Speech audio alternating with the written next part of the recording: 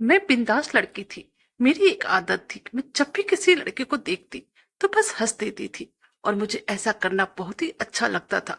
लेकिन एक दिन कॉलेज जाते समय एक लड़का ने मेरा किडनैप कर लिया और मुझे अपने बंगले में ले जाकर मेरे हाथ पांव बांधकर मेरे साथ तब तक जबरदस्ती करता रहा जब तक उसका मन नहीं भर गया। मेरे मन में उसके लिए नफरत भर गई।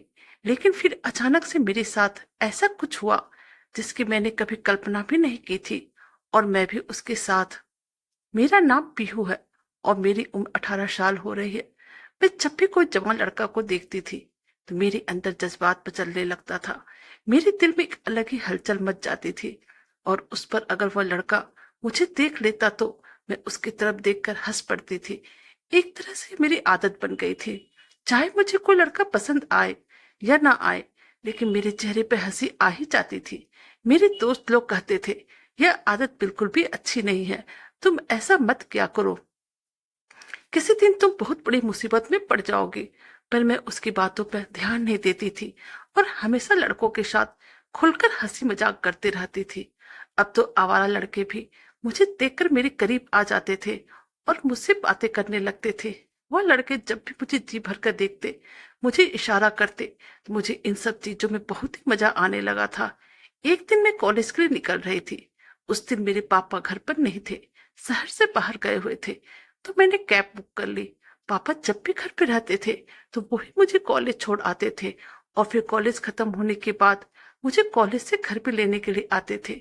लेकिन आज जब पापा घर पर नहीं थे, दूसरे शहर गए थे, तो मैंने खुद ही कैब बुक कर ली, कॉलेज के लिए निकल गई। लेकिन मेरी माँ थोड़ी सी घबराने लगी और कहने लगी, बेटा कैसे तू अकेले जा रही है, मुझे बड़ा डर लग रहा है। मैंने कहा, माँ अब मैं बड़ी हो गई हूँ, सब संभाल लूंगी, आप फिक्र ना करें। पर माँ को मेरी चिंता होने लगी थी। पर मैं तो अंदर ही अंदर बहुत खुश थी। कैब आने के बाद मैं अपना बैग उठाकर कैब में रख दी और फिर जाकर गाड़ी में बैठ गई। मैं कैब ड्राइवर के बगल वाली सीट पर जाकर बैठ गई। मैंने एक शॉर्ट स्कर्ट पहन रखी थी क्योंकि मैं एक गर्ल्स कॉलेज में पढ़ती थी, इसलिए हमारे कॉलेज में कोई लड़का नहीं था। ड्राइवर को देखकर भी जाने मुझे क्या गुदगुदी मची थी कि मैं उसके पास जाकर बैठ गई। सुबह ड्राइवर बार बार मेरे खुले पाँव को देख रहा था। ड्राइवर की इस हरकत से मैं बहुत ही खुश हो रही थी और इसमें मुझे बहुत ही मजा आ रहा था। मैंने उससे कहा, मुझे जल्दी से कॉलेज पहुंचा दो, लेकिन वह बस बार बार मेरी तरफ ही देखे जा रहा था। अब मुझे यह डर लगने लगा, कहीं ये मेरा एक्सीडेंट ना करवा दे। और मेरी तरफ बार बार देखने के कारण अब मुझे थोड़ा अजीब भी लगने लगा था। मैंने अपने बैग में से अपनी किताबें निकाल ली और फिर उसे पढ़ने का बहाना करने लगी। अब मैं किताबों को ही बस देखे जा रही थी और मेरा सड़क पर से ध्यान हट गया था। लेकिन जब काफी देर हो जाने के बाद भी मैं अभी तक अपने कॉलेज नहीं पहुंची तो मैं सोचने लगी, अभी तक तो मुझे कॉलेज पहुंच जाना चाहिए था, पर इतना देर क्यों हो रहा है। मैंने बाहर की तरफ नजर दौड़ाई तो मैंने देखा यह तो कोई और ही रास्ता था। अब मैंने कैब ड्राइवर से पूछा, भाई साहब आप मुझे कहाँ लेकर जा रहे हैं। उसने कहा, मैडम आगे वाले रास्ते में काफी ट्रैफिक जाम है, इसलिए मैं आपको दूसरे रास्ते से लेकर जा रहा हूँ। बस 10 मिनट में आप कॉलेज पहुंच जाएंगे, आप फिक्र ना करें। मैंने अपना ध्यान फिर से अपनी किताबों में डाल दी। करीब 10 मिनट ही हुए थे कि ड्राइवर ने कैब रोक दी। मुझे लगा कॉलेज आ गया और मैं उतरने ही लगी, लेकिन जैसे ही मैं उतरी मैं हैरत भरी नजरों से उसी जगह को देखने लगी। यह तो एक सुनसान इलाका था। अब ड्राइवर जाने लगा तो मैं उसे रोकने लगी और उसे कहा, यह तुम मुझे कहाँ लेकर चले आए, यहाँ तो मेरा कॉलेज नहीं है और तुम मुझे छोड़कर कहाँ जा रहे हो। लेकिन उस ड्राइवर ने मेरी बातों का जवाब नहीं दिया और मुझे छोड़कर वहां से चला गया। मैं उस इलाके में अकेले खड़ी थी। अब मुझे डर लगने लगा था कि मैं यहाँ कैसे अपने कॉलेज जाऊं। ड्राइवर ने पैसे भी नहीं लिए थे और वो चला गया था। मेरी हालत बहुत खराब होने लगी। लेकिन तभी मैंने देखा वहां दूर से एक कार आ रही थी। मैंने उसे हाथ दिखाए। वह कार वाला मेरे सामने आकर कार को रोक दिया और फिर बाहर निकलकर मेरे पास आ गया और मुझे कहने लगा, तुम इस सुनसान इलाके में क्या कर रही हो। जब मैंने उसे सारी बातें बताई, उसे हैरत का झटका लगा। पहले तो जैसे उसने मेरी बातों पे यकीन नहीं किया, उसे लग रहा था कि मैं कोई चोर हूँ। फिर मैंने उसे अपनी आईडी कार्ड दिखाई और उनसे रिक्वेस्ट किया कि मुझे मेरे कॉलेज छोड़ दो। अब जब उसे यकीन हुआ कि मैं कोई चोर नहीं हूं तो उसने कहा, मैडम आकर मेरी कार में बैठ जाइए, मैं उसके साइड वाली सीट पे जाकर बैठ गई। वह लड़का कार चलाते हुए मेरी ही तरफ देख रहा था और फिर मुझे कहने लगा, आप तो बहुत ही खूबसूरत और जवान हो, तो ऐसी हसीन लड़कियों को सुनसान जगह पर रहना सही नहीं है। लड़कियां किडनैप हो जाती है। उसके मुंह से किडनैप शब्द सुनकर मुझे बहुत घबराहट होने लगी थी और अब मुझे बहुत ही डर लगने लगा था। अचानक वो लड़का मुझे कहने लगा, मैं तुम्हें जिंदगी के मजे देना चाहता हूँ। मैं उसकी तरफ देखने लगी और कहा, तुम ये क्या कह रहे हो? मेरे कुछ समझ में नहीं आ रहा है। उसने कहा, तुम्हें अभी पता चल जाएगा। अब उसने अपनी गाड़ी गांव की तरफ मोड़ दिया। मैंने कहा, तुम इधर क्यों जा रहे हो? यह तो शहर से बाहर का रास्ता था। उसने कहा, थोड़ा सा सब्र रखो, रोज कॉलेज जाती हो, आज थोड़ा जिंदगी का मजा ले लो। मुझे काफी घबराहट होने लगी थी। वह लड़का मुझे एक फार्म हाउस में लेकर आ गया। मैंने कहा, यह तुम मुझे कहाँ लेकर आ गए? मुझे पढ़ाई करने कॉलेज जाना था। उसने कहा, क्योंकि आज तुम्हारी यही मंजिल थी। उस कैब ड्राइवर को मैंने ही कहा था कि तुम्हें उस इलाके में छोड़ने को। अब तुम सच में किडनैप हो चुकी हो। रास्ते में मैंने तुम्हें इसलिए नहीं बताया, कहीं तुम शोर न मचा दो। उसकी बातें सुनते ही मुझे जोरों का झटका लगा। मैंने उससे कहा, तुम मुझे किडनैप कैसे कर सकते हो? मैं तो बड़ी लड़की हूँ, कोई बच्ची तो नहीं हूँ। तुमने मुझे यूं किडनैप क्यों किया? उसने कहा, रोज तुम यह खूबसूरत छोटे छोटे कपड़े पहनकर कॉलेज जाती हो। मैं तुम्हें रोज देखता था कि तुम लड़कों से हंस हंस कर बातें करती हो। कभी सोचा है लड़कों के दिल पर क्या बीतती होगी? तुम्हें तो मैं बहुत पहले ही हासिल करने की फिराक में था, पर तुम अपने पापा के साथ कॉलेज जाती और आती थी, और मैं कब से फिराक में था कि कब तुम्हें उठा लूं। अब मुझे बहुत ही ज्यादा गुस्सा आ गया। मैं उसे धक्का मारकर वहां से निकलने लगी। उसने मेरा हाथ पकड़ लिया और मुझे अपनी ओर खींचकर कहने लगा, यहां से बचने का अब कोई रास्ता नहीं है। तुम शायद नहीं जानती हो मैं कौन हूं और मैं तुम्हारे साथ क्या कर सकता हूं। मैंने कहा, देखो, तुम जो भी हो मुझे जाने दो। तो उसने कहा, तुम मेरी हो और अब तुम कभी भी आजाद नहीं हो पाओगी। मैं तुम्हें जिंदगी भर अपने पास रखूंगा और तुम्हारी जवानी का मजा लूंगा। मुझे समझ में नहीं आ रहा था इस लड़के ने मुझे किडनैप क्यों किया। मैंने तो इसे पहले कभी देखा भी नहीं था। मुझे कुछ भी याद नहीं आ रहा था। मुझे समझ में नहीं आ रहा था कि मैं इसे कैसे मनाऊं, वो मुझे छोड़ दे। अब मुझे घबराहट होने लगी। मैंने उससे कहा, देखो, एक तरीका है, हम दोनों दोस्त बन जाते हैं। तब तो तुम मुझे छोड़ दोगे ना? मेरी बात सुनकर वह हंसने लगा और कहने लगा, जो तुम्हारे साथ करने आया हूँ वह बिना किए मैं तुम्हें कैसे छोड़ सकता हूँ? उसकी बात सुनकर मुझे उस पर बहुत ही ज्यादा गुस्सा आने लगा। मैंने उससे कहा, तुम मुझे गुस्सा मत दिलाओ, नहीं तो मैं तुम्हारा वह हाल करूंगी, तुम सोच भी नहीं सकते हो। मेरी बात सुनने के बाद उसे मुझ पर बहुत ही ज्यादा गुस्सा आ गया और वह मेरे साथ जबरदस्ती करने लगा। हमारे बीच में जंग छिड़ चुकी थी। मैं अपने आप को बचाने की पूरी कोशिश कर रही थी। उसने मुझे बिस्तर पर पटक दिया और मेरे ऊपर चढ़ गया, लेकिन मैंने भी हिम्मत नहीं हारी थी। मैंने उसके बाल को जोर से खींच लिया और उसके गर्दन पे दांत काट लिया। इस बार उसने मेरे मुंह पर अपना हाथ रख दिया और अपने दूसरे हाथों से मेरे दोनों हाथों को मजबूती से पकड़ लिया। मैं छटपटा रही थी, चिल्लाने की पूरी कोशिश कर रही थी, लेकिन मैं चिल्ला नहीं पा रही थी।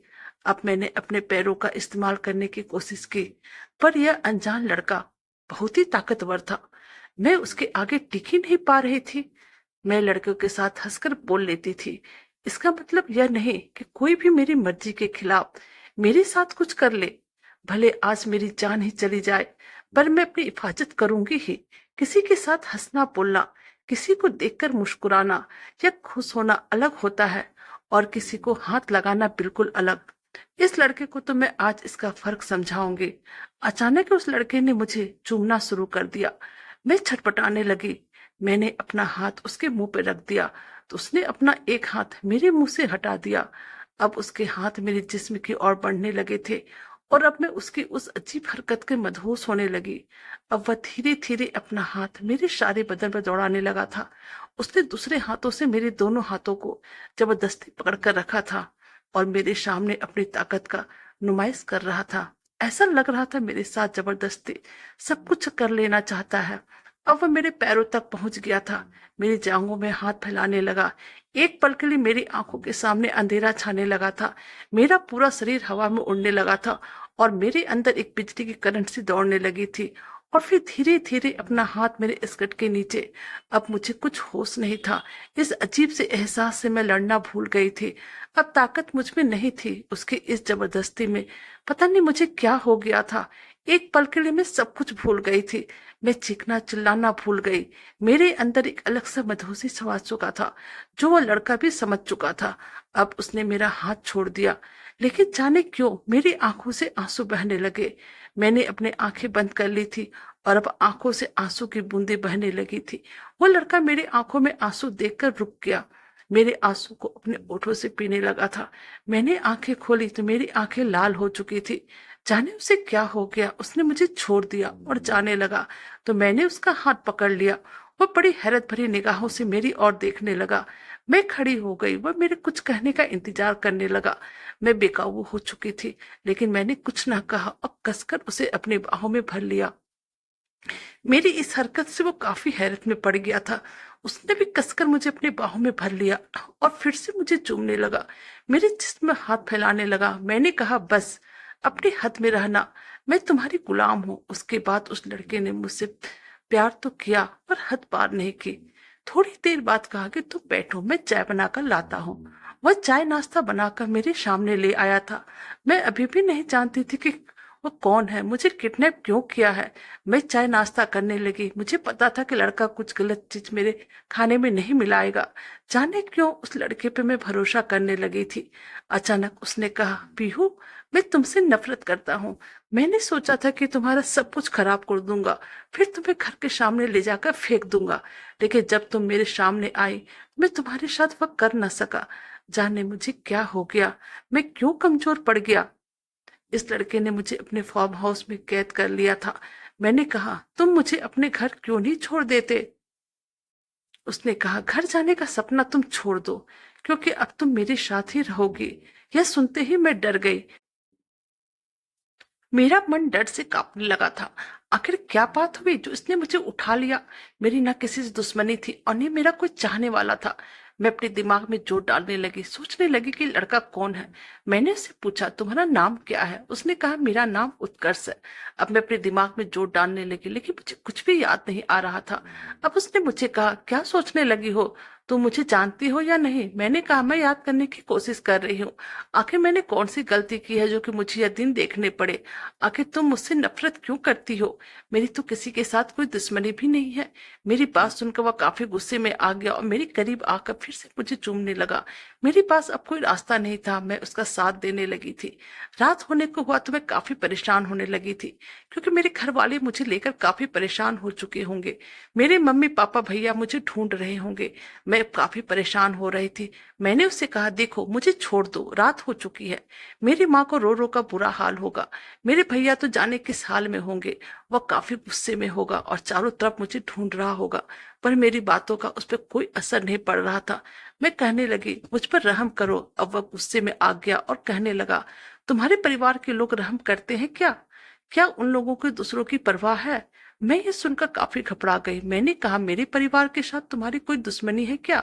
आखिर क्या छुपा रहे हो तुम मुझसे। सब कुछ मुझे बताओ, शायद मैं तुम्हारी कोई मदद कर पाऊं। उसने कहा, तुम्हारे बदन में भी वही गंदा खून बहता है। मुझे गुस्सा ना दिलाओ, नहीं तो तुम्हारा वह हाल करूंगा जो तुम कभी सपने में भी नहीं सोच सकती हो। तुम्हारी इज्जत मिट्टी में मिला दूंगा।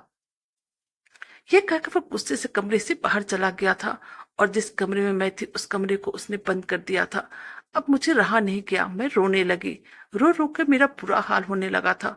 मुझे समझ में नहीं आ रहा था कि इसने मेरा अपहरण क्यों किया। फिर सोचा, इस कमरे में कोई सबूत ढूंढती हूँ, शायद मेरे हाथ में कुछ लग जाए। मैं कमरे को अच्छी तरह से तलाश लेने लगी और फिर तलाश लेते लेते उस घर में मुझे एक तस्वीर मिली, जिसमें वह किसी लड़की के साथ था। दोनों को देखकर लग रहा था कि लड़की उसकी गर्लफ्रेंड होगी। फिर लड़की को पहचान नहीं पा रही थी। मैं सोचने लगी, जिस लड़के को इतने खूबसूरत गर्लफ्रेंड है, वह मुझे उठाकर क्यों लेकर आया। मैंने सोचा, इस तस्वीर को दिखाकर मैं उसे मजबूर करूंगी कि मुझे घर छोड़ दे। मैं वहीं बेड पर बैठ गई। थोड़ी देर बाद वह लड़का दरवाजा खोलकर अंदर आया और मेरे पास आकर कहा, चलो खाना खा लो। मैं बिल्कुल चुप थी और अब जब उसने मेरे चेहरे की ओर देखा तो समझ चुका था कि मैं रो रही थी, क्योंकि मेरी आंखें लाल हो चुकी थी। कोई फायदा नहीं है, उसने कहा और मेरा हाथ पकड़ के खींचने लगा और बोला चलो। मैं बोली तुम्हारी गर्लफ्रेंड इतनी खूबसूरत है, फिर तुमने मुझे किडनैप क्यों किया? जरा सोचो, अगर उसे पता लगेगा तो कितना दुख पहुंचेगा। पर मैं किसी को कुछ न कहूंगी, तुम मुझे छोड़ दो। मैं कह दूंगा कि मैं घर से भागकर मूवी देखने चली गई थी। अचानक उसने मेरे हाथ से वो तस्वीर ले लिया और तस्वीर को देखने लगा। उस तस्वीर को देखकर उसकी आंखें नम हो गई। उसको इस हाल में मैं देखकर न जाने मुझे क्या हो गया। मैं उसके करीब आई, उससे लिपट गई। मैंने उसे कहा, तुम आंसू क्यों बहा रहे हो? क्या हुआ बताओ मुझे। वह मेरी तरफ देखने लगा तो मैंने कहा, प्यार करते हो ना इससे? वह मेरी तरफ देखकर कहने लगा, यह मेरी बहन है। मैंने कहा, मुझे तो लगा कि गर्लफ्रेंड होगी। मैं उसके साथ खाने की टेबल पर आ गई, पर वो बिल्कुल खामोश था। मैं कहने लगी, तुम्हारी बहन की शादी हो गई है क्या? तुम तो क्यों रो रहे हो, बताओ ना। तो उसने कहा, मेरी बहन अब इस दुनिया में नहीं है और इसकी मौत के जिम्मेदार तुम हो। यह सुनकर तो मेरी आंखों में आंसू आ गए। मैं उसके करीब आ गई और कहने लगी, यह क्या कह रहे हो? मैं तुम्हारी बहन को जानती तक नहीं हूँ। मुझ पर यह इल्जाम मत लगाओ। मैं वैसी लड़की नहीं हूँ जैसे तुम मुझे समझते हो। तुम ये इल्जाम मुझ पर क्यों लगाए, बताओ ना। तो वो कहने लगा, मेरी बहन तुम्हारे भाई की गर्लफ्रेंड थी। तुम्हारे भाई ने उसका इस्तेमाल किया और उसे प्रेग्नेंट कर दिया। मेरी बहन ने तुम्हारे भाई के सामने बहुत हाथ पैर जोड़े थे, कहा था मुझसे शादी कर लो, लेकिन तुम्हारे भाई ने उसे छोड़ दिया। मेरी बहन यह सह न पाई और अपनी जान ले ली। इसी हाथों में मेरी बहन ने दम तोड़ा था। उसके आंसू देखकर जाने क्यों मेरी आंखों में भी आंसू आ गए थे। मैंने कहा, तुम्हारी बहन का नाम मानसी था क्या? वह मेरी तरफ गुस्से से देखने लगा। मैंने कहा, मैं जानती हूँ। मेरे भाई ने कहा था कि मानसी नाम की लड़की उसकी गर्लफ्रेंड है, लेकिन मुझे यह बात बिल्कुल भी नहीं मालूम थी कि तुम्हारी बहन ने अभी अभी तुमने जो मुझे बताई, मुझे पता चला, इसलिए तुमने मुझे किडनैप किया ताकि इसका बदला ले सको। उसने कहा, मैं चाहता हूं कि तुम्हें भी वैसे ही प्रेग्नेंट करके छोड़ दो, ताकि तुम भी वैसे ही जलील हो जाओ जैसे दुनिया के सामने मेरी बहन हो गई थी। और कॉलेज में उसका इतना मजाक बना था, वह किसी को मुंह दिखाने के लायक भी नहीं रही थी। अब मैं भी गुस्से में आ गई, कहने लगी, तुम्हें मेरे साथ जो हरकत करना था कर लो, लेकिन अगर मैं गर्भवती हो गई तो मैं अपनी जान नहीं दूंगी, बल्कि मैं तुम्हारे बच्चे को जन्म दूंगी। आज की रात है तुम्हारे पास। कहकर मैं अपने कमरे में आ गई। अब मेरे अंदर भी काफी गुस्सा भर गया था। मैं चाहती थी कि मेरे साथ भी वह हो। गलत हरकत करना चाहता है कर ले, लेकिन मुझे आजाद कर दे। वह मेरे पीछे पीछे मेरे कमरे में आ गया। फिर मेरे करीब आकर कहा, तुम सोच लो क्या चाहती हो। मैंने कहा, तुम्हारी बहन को मैं वापस नहीं ला सकती, और जो कुछ भी हुआ था उसमें सिर्फ मेरे भाई की गलती नहीं, तुम्हारी बहन की भी गलती होगी। लेकिन अगर तुम्हारी नफरत इसी तरीके से मिट सकती है तो मैं देखना चाहती हूँ कि तुम्हारी नफरत की हद कहां तक जा सकती है। इतना मेरे मुंह से निकला नहीं था, वह मेरे ऊपर टूट पड़ा और उसकी इस हरकतों से मुझे उसकी नफरत का पता लगने लगा था। बड़ी बेरहमी के साथ वो मेरे शरीर को मसलने लगा था, मेरे साथ अपने अरमान पूरा करने लगा था। मैंने उसे रोकना भी नहीं चाहती थी, बस उसकी तकलीफ दूर हो जाए। पूरी रात उसने मेरे साथ नफरत का खेल खेला था, अपनी नफरत की हद दिखाई थी। जब सुबह हुई तो मैं बिल्कुल टूटकर चूर हो गई थी। वह मेरे साथ ही लेटा हुआ था, कहने लगा, तुमने मेरी नफरत की हद देख ली ना, अब चलो मैं तुम्हें तुम्हारा घर तक पहुंचा देता हूँ। पर कल रात को जो कुछ भी हुआ था उसका वीडियो मैंने बना लिया है। उम्मीद करता हूँ कि तुम यह बात किसी से नहीं कहोगी। अगर मेरे खिलाफ जाने की कोशिश की तो फिर समझ लेना तुम्हारे साथ क्या होगा। मैंने कहा, मुझे ये धमकी मत दो। मैं तैयार हो चुकी थी। वह मुझे लेकर अपने कार में मेरे घर की ओर चल पड़ा था। घर के पास जाकर उसने कार को रोक दिया और कहा, अब तुम जा सकती हो। मैं उसकी तरफ देखने लगी। मेरी आंखों में आंसू थे, मेरे दिल में तकलीफ थी। मैं गाड़ी से उतरने लगी तो उसने मेरा हाथ पकड़ लिया और कहा, रुको, मैं भी तुम्हारे साथ तुम्हारे घर के अंदर चलूंगा। उसकी बात सुनकर मेरी आंखें बड़ी बड़ी हो गई थी। वह मेरे साथ मेरे घर के अंदर आ गया। मेरे घर में परेशानी का आलम था। जैसे मैं घर के अंदर गई, मेरे मम्मी पापा मेरे पास आ गए। मेरा भाई भी मेरे पास आ गया। मेरा भाई तो मुझे डांटने लगा और कहा, तू कहाँ थी रात भर? हम कितना परेशान हो गए थे। तभी पीछे से उत्कर्ष मेरे पास आ गया और कहा, यह मेरे साथ थी रात भर। मेरे भाई ने जैसे उत्कर्ष को देखा तो गुस्से से उसका चेहरा लाल हो गया। उसने उत्कर्ष का कॉलर पकड़ लिया और कहा, तुम्हारी हिम्मत कैसे हुई मेरी बहन के साथ ये सब करने की? फिर उत्कर्ष बोला, जैसे तूने मेरी बहन की जिंदगी बर्बाद की थी, उसे गर्भवती करके मरने के लिए छोड़ दिया था। बेचारी ने तो आत्महत्या कर ली। तुझे क्या लगा था मैं इसका बदला नहीं लूंगा? मेरे पापा मम्मी तो मानो झटका लगा था।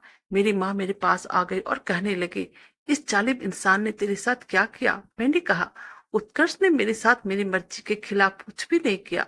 मैं अब उत्कर्ष से प्यार करने लगी हूँ। उत्कर्ष ने भी यह बात सुनी। उसने मेरा हाथ पकड़ लिया। उसके आंखों में अब मेरे लिए आंसू और मोहब्बत था। वह मुझे कहने लगा, पीहू, मैं भी तुमसे प्यार करने लगा हूँ। तुम्हारा नुकसान नहीं पहुंचाना चाहता था, पर अपनी बहन की मौत से मैं टूट गया था। तुम्हारा भाई से बदला लेना चाहता था, उसे तकलीफ देना चाहता था, जिससे मैं कुचला था। पर तुम बेकसूर हो। मेरा हाथ थाम लो। उसकी आंखों में आंसू आ गए थे और मैंने कहा, अब हुई ना सही बात। तुम्हारी बहन को मेरा भाई ने छीन लिया था, अब तुम उसकी बहन से शादी कर लो। वो मुस्कुराने लगा। मेरा भाई कहने लगा, तुम दोनों को मैं कभी एक नहीं होने दूंगा। उत्कर्ष ने कहा, हम पहले ही एक हो चुके हैं, बस शादी करना बाकी है। तुम हमारा कुछ भी नहीं बिगाड़ सकते हो। यह कहकर हम दोनों घर से बाहर निकल गए और मेरे घर वाले मुझे देखते ही रह गए। दोस्तों, हमारी कहानी अच्छी लगी तो प्लीज हमारे चैनल को लाइक कीजिए, सब्सक्राइब कीजिए और शेयर कीजिए। Thank you.